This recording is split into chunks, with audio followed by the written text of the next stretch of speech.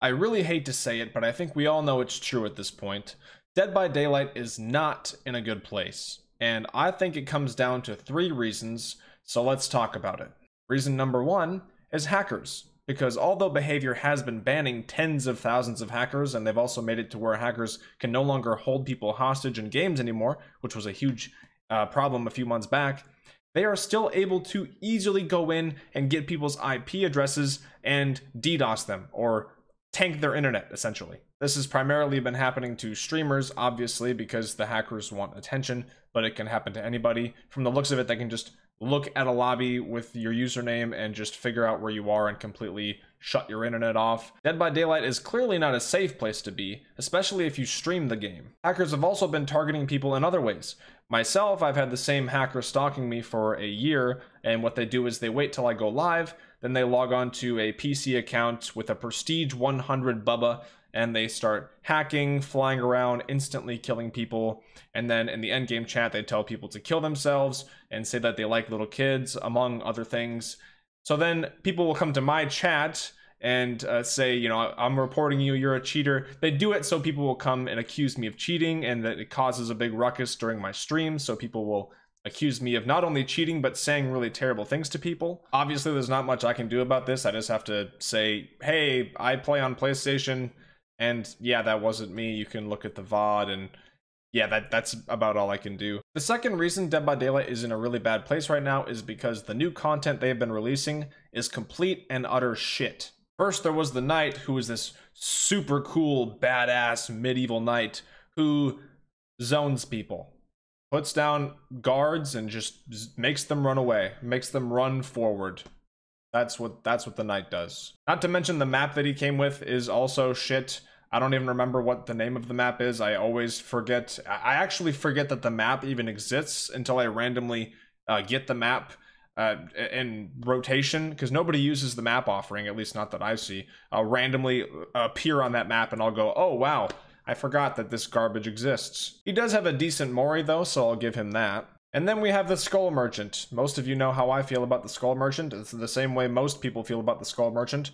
We all thought we were gonna get this really awesome, badass cyborg killer, and what did we get? Another fucking zoning killer. Another killer that places something down that has a big radius and a big zone that you just have to run out of. And just, again, hold forward or you die. And guess what? When it gets to 3 gens left, you just place down your drones on the gens. And just with night, when there's 3 gens, you just can place your fucking knights to guard the gens. It's so fun. It's such a good time. One redeeming factor about these 2 chapters is the survivors. I think that Vittorio is really cool. I also think that Talitha and Hinatu are also really cool. So the survivors are cool. I like them. But the killers, complete ass. I think it's also the fact that it was back to back. I mean, people wait 3 months for new content in this game. So you wait 3 months and you get the knight and you're like, ugh. And then you wait 3 more months and you're like, all right. And then you get the Skull Merchant and you're like, ugh. They both feel lazy and uninspired. Luckily, the next chapter will be during Dead by Daylight's anniversary, which they usually reveal something big and cool. It's usually a licensed chapter, so fingers crossed we get some sort of saving grace. I really hope it's not a 3rd Resident Evil chapter. I know there's lots of Resident Evil fans who play the game, and I think Resident Evil's cool, but for the love of God, something new, please. I don't want... maybe it's just me. You know what? Fuck me. But you know, just please, something new. I don't want Resident Evil Chapter 3. But hey, you know what? Even if it is a 3rd Resident Evil chapter, it'll still probably be better than the 2 dumpster fires we just got. Reason number 3 this game is dying and in a terrible place. It's a big shocker.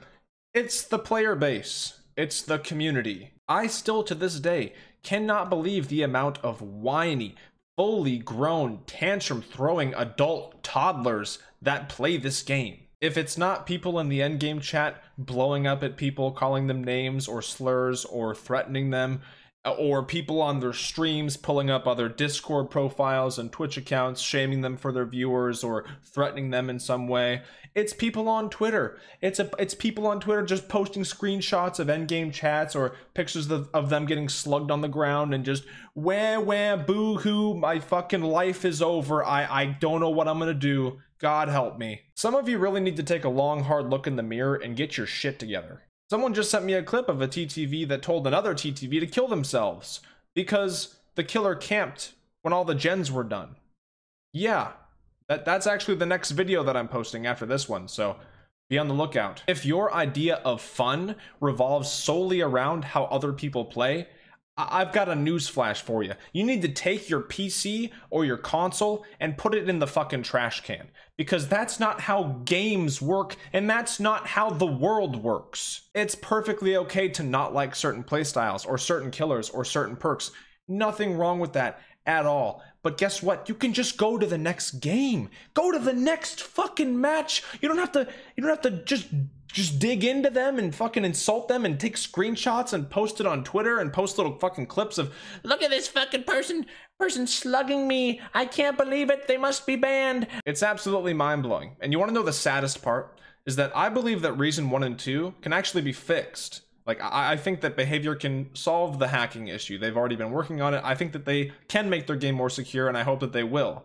And I also think that they can make better chapters. I think they can redeem themselves by releasing killers and survivors and maps that are really fun, and new perks and stuff like that. I think those two things can be fixed.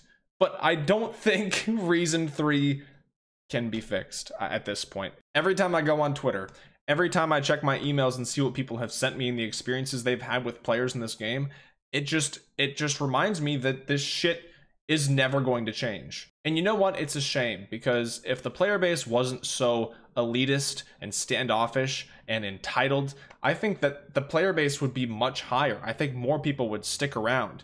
But people load in and they start playing a match as killer or even survivor, and they just have people fucking screaming at them, taking their information and putting it on Twitter, taking their information and putting it on their fucking stream to shame them for what they did, how they played the game. It is pure insanity, and the fact that some of you can't realize the way that you're acting and how absolutely absurd it is, I have no words. Anyways, I'm gonna stop ranting. Dark times in Dead by Daylight. Let's hope it gets better.